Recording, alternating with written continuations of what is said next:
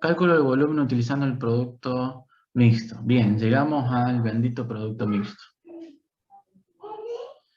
El producto mixto, como le decía, es el producto entre tres vectores, que generalmente la forma más fácil de escribirlo es decir el vector A, coma, el vector B, coma, el vector C.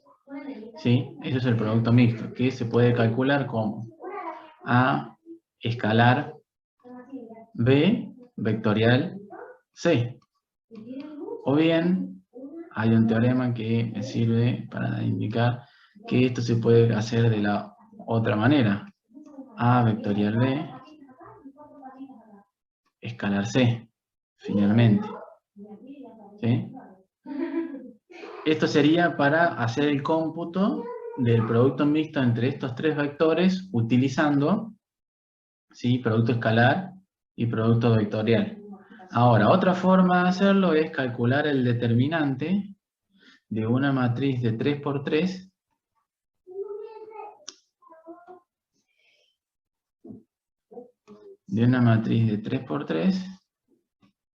donde ahora las componentes que vamos a poner va a ser la componente en X, la componente en Y y la componente en Z del primer vector, y así sucesivamente para los otros dos vectores, C1, C2 y C3. Y este cálculo, ¿cómo hacer? Lo mismo que hacíamos antes, cómo calculamos el producto vectorial, o sea, vamos a hacer el cálculo del determinante de esta matriz de 3×3. ¿Y qué me decía eso? Que tomara el elemento que está acá y que eso multiplicara ¿a qué cosa? Vamos a ponerlo así, como matriz. B2, B3, C2, C3. Es decir, que este determinante pequeñito de acá surgió de tachar la primera columna y la primera fila. Bien, ¿qué seguía? Menos el segundo elemento del primer renglón, que era el A2, siempre va un menos con el que tengo acá, y el determinante de que surge de tachar esta columna con esta fila, o sea, B1, B3, ¿sí? C1, C3. Y me va a estar faltando ahora el A3, que, o sea, acá yo antes ponía los versores, y JK, ¿sí? Acá vamos más. Ahora voy a poner las componentes del primer vector, o sea que esto pasó a ser un escalar ahora. ¿Y cómo me va a quedar ese resultado? Tengo que tachar la tercera columna con la primera fila, y me va a quedar B1, B2, C1, C2. Bien. Y ahora vamos a desarrollar un poquito más el determinante de esta matricita de 2×2.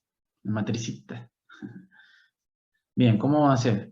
Era el producto, la resta de los productos cruzados, básicamente. Es decir, B2 menos C3, perdón, acá vamos por, menos B3 por C3, básicamente. El otro, A2 sigue estando afuera. ¿Y ahora qué ponemos acá? El producto, la resta de los productos cruzados. ¿Cuál es producto cruzado? B1, Profe, sí, por C3, sí. ¿no sería B2 por C3 menos B3 por C2? Sí, acá C2. Bien, gracias. B1 por C3, siempre va un menos acá. B3 por C1. Acá pongo un más obligadamente, el A3, y otra vez la resta de los productos cruzados. B1, C2, B2, C1. Bien. Y ahí tendríamos cómo hacer la cuentita del producto mixto entre ellos tres. Obviamente no me hace falta aprenderme todo este chorizaje que tenemos acá. No, básicamente yo lo que tengo que hacer es aprenderme esto, que cómo calcular el determinante de una matriz de 3×3, que es lo mismo que hacíamos en producto vectorial, nada más que en producto vectorial El resultado es un vector. Ahora en producto mixto, el resultado, ¿sí? El resultado va a ser un escalar. ¿Y qué escalar? ¿Y qué me indica ese escalar? Ese escalar me indica básicamente un área. Un volumen. El volumen, ¿sí? De lo que sería un paralelepípedo. ¿Me equivoqué en el último también? Profe, ¿cómo nos da a nosotros un escalar si es un componente A1 restado un A2 más un A3? O sea, ¿cómo eso se convierte en un Porque las escalar? componentes son números, es la componente en X. Ajá, lo O sea, acordate interpretamos todo que... como número directamente. Exacto, sí, sí, son números, son componentes. La componente en X del vector A, la componente en Y del vector A, la componente en Z del vector A, y así correspondientemente para los otros dos vectores, A, B y C. Entonces, cada uno de estos que tenemos anotados acá, cada una de estas letritas representan números, representan escalares. ¿Sí? Bien. Una consulta, el determinante adentro quedaría 2, 0, menos 1, 4, 1, 0, 2, menos 2, 2. Bien, ¿de dónde sacaste esos numeritos? De P, Q y R. Bien, no, ahí estás haciendo, y estás diciendo que vamos por parte. ¿Qué es un paralelepípedo? ¿Sí? Así como tienen el cubo, que el cubo es básicamente la analogía de lo que en R2 o en el plano sería un cuadrado. Así como en R2 tienen el paralelogramo, en R2 tienen un paralelogramo, análogamente en R3 tendrían lo que sería un paralelepípedo. ¿Sí? Que no es solamente un trabalengua, sino camarero no me va a salir ahora, bueno. Que no es solamente un trabalengua, sino es un cubo, pero con la característica, o con la diferencia que en el cubo los ángulos entre entre las aristas siempre son 90 grados. Acá en el paralelepípedo, los ángulos entre las aristas no son necesariamente 90 grados, o sea que el cubo puede estar aplastado, achatado y tirado para hacia un costado, por ejemplo, ¿sí? Y ya deja de ser un cubo, por definición, y pasa a ser un paralelepípedo. ¿Sí? Imagínense una caja que sea bien cuadrada o una caja de zapatos, ¿sí? Una caja de zapatos que agarraron y se sentaron arriba y la achataron y la llevaron para un costado, por ejemplo. ¿Sí? Eso ya pasa a ser un paralelepípedo. ¿Sí? O sea que un paralelepípedo puede ser un cubo, pero un cubo no puede ser siempre un paralelepípedo.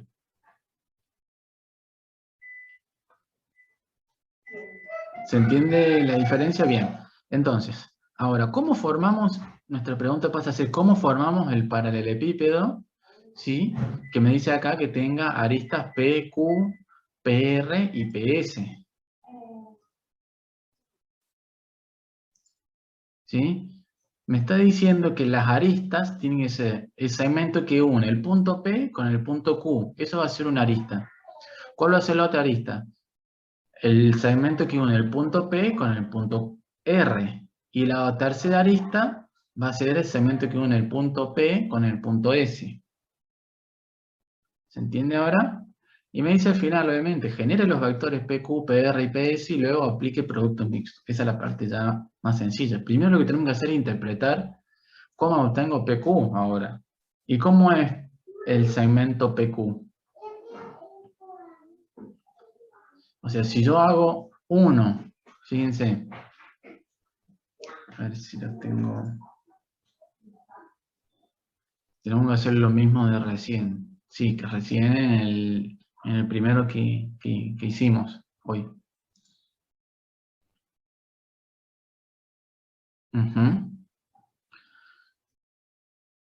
Si ustedes hacen la resta para obtener el segmento PQ, ¿cómo es la resta para obtener el segmento PQ? Que va de origen en P y final en Q. Para que ¿Cómo hacen PQ? Tengo que hacer que el segmento PQ, exacto, Q menos P. Vamos a dejar escrito para todos. El segmento PQ se va a calcular como la resta del punto Q menos el punto P.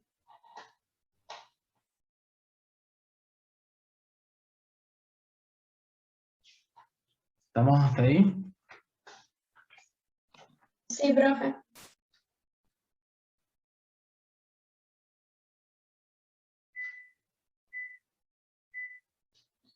Bien.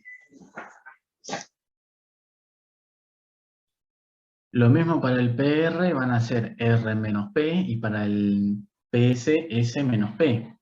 Y fíjense que estos tres aristas o vectores, si lo pueden interpretar como vectores también, tienen algo en común, que tienen todos el mismo origen. ¿Sí? El origen de estos tres vectores siempre es P. ¿Sí?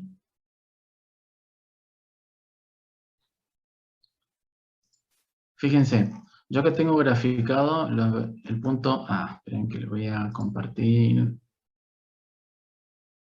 esto.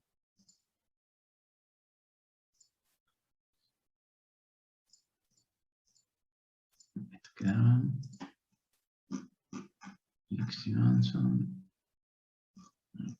Bien.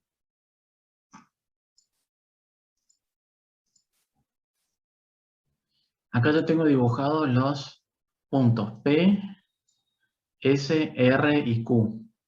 Yo tengo que generar el segmento que va desde P hasta Q, desde P hasta R y desde P hasta S. O sea que esto es un cubo, básicamente un paralelepípedo que está bien chato, básicamente. Estas son las aristas, ¿sí? Del cubo. ¿Sí? Y si yo logro hacer el producto mixto entre este vector y este vector, lo que voy a obtener va a ser el volumen del paralelepípedo que tiene esas aristas. ¿Sí? Profe, entonces tendría que hacer los segmentos restándole el P a cada uno. Me va a dar sus vectores y de ahí puedo hacer el producto mixto. Claro. Y ahora les hago otra pregunta. ¿Qué vector me va a dar cuando yo haga la resta del punto Q menos el punto P? ¿Un vector qué o cómo? ¿Cómo le dijimos que se llamaba hace rato? ¿Cuál es la pregunta, perdón? ¿Qué vector voy a obtener si yo hago la resta de Q menos P? ¿Qué me va a originar gráficamente? ¿O cómo lo pueden definir? ¿Cuál es el resultado de hacer la resta de esos dos puntos? PQ. Ah, equivalente. Ahí está, Un equipolente. chat. Muy bien. Ah. Bien, esa es la respuesta. ¿Y qué quiere decir que sea equipolente? Que va a tener la misma dirección y sentido y magnitud, ¿sí? Pero que salga desde el origen, como dicen ahí Lautaro. Muy bien. Una pregunta, ¿cómo sabemos nosotros cuál de los vectores, estas aristas que hicimos, son A1, o sea, son A, B y C? Bien, por eso te digo. Vos podés hacer el cubo, si con estas aristas, vos podés haber hecho, en lugar de hacer Q menos P, podés hacer P menos Q, ¿sí? Y obtenés este vector. Pero entonces después el origen tendría que ser siempre el origen el mismo punto, Q. ¿Sí? Si vos tomás como tu origen del cubo, o sea, como que el origen del cubo, el vértice cubo del cubo va a estar en el origen de coordenadas, tiene que ser P menos Q, R menos Q y S menos Q. Y eso te va a llevar a situarte el cubo que imaginariamente lo tenés acá, pero con el vértice Q en el origen. ¿Sí? Ahora, las cuentas como las estábamos haciendo, como las planteé el enunciado, que hacemos S menos P, R menos P y Q menos P, me va a llevar a ubicarme este cubo, pero con este vértice P en el origen de coordenadas. O sea, las dimensiones del cubo no van a cambiar siempre y cuando yo utilice el mismo vértice como origen. ¿Sí? Lo que me va a cambiar es cuál de los vértices yo voy a situar en el origen de coordenadas, en el punto 0, 0, 0. O sea que para a fin de calcular el área es lo mismo. Es lo mismo siempre y cuando yo tome el mismo vértice como origen. Claro, claro, claro. Digamos que Porque uno de si los yo vectores hago... no sea, o sea, si un vector es PQ, que el otro no sea RS. Exacto, Ajá. exacto, exacto, porque ahí probablemente me va a cambiar la morfología o cómo es el cubo, básicamente. Me va a cambiar de dimensiones y me va probablemente ya me va a cambiar las aristas. Y si yo cambio las aristas de un cubo, me va a cambiar el volumen del cubo, obviamente. ¿Sí? Pero esto sería ahora porque estamos hablando de un, de, de un vértice. Claro. Ah, Sí, siempre, o sea, en este caso, o para este ejercicio, y para la mayoría, voy a tener que siempre elegir uno de los puntos como vértice. Como le digo, el enunciado propone elegir el punto P como el vértice que cuando haga la resta voy a llevar todos estos vectores que tengo acá, los voy a llevar con origen coincidente con el origen de coordenadas. Pero van a conservar la dirección, módulo y sentido. Dirección, módulo y sentido, dirección, módulo y sentido, pero situados en el origen. ¿Sí? Eso es equipolente, básicamente. Y es equipolente, no equipotente, no, es equipolente, no es que estoy gangoso o hablando en centroamericano equipolente, no, es equipolente con L. Equipotente lo van a ver en física, en física 2, ¿sí? Este cuatrimestre. No, el cuatrimestre que viene, creo. Es el año que viene. Equipotente se usan para las superficies equipotentes. O sea, X es igual, ¿no es cierto? Y potente de potencia. Bien, no me quiero mezclarles mucho más ahí. Entonces, ¿se entiende lo que tienen que hacer ahora? Bien, si se entiende lo que tienen que hacer ahora, vamos a dejar este ejercicio.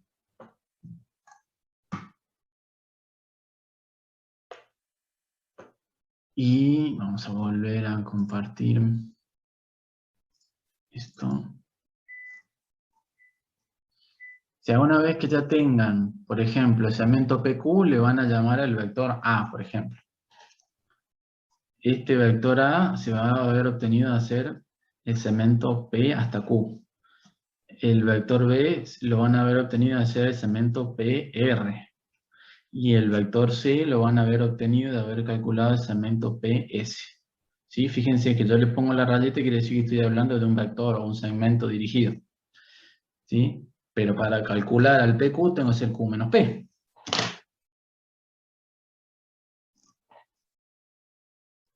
Bien, una vez que hayan calculado A, B y C, lo plantean así, calculan el determinante, que es más de lo mismo que estaban haciendo el producto vectorial, nada más que el resultado acá les va a dar directamente un escalar. Ese escalar va a representar el volumen del paralelepípedo o del cubo aplastado, básicamente.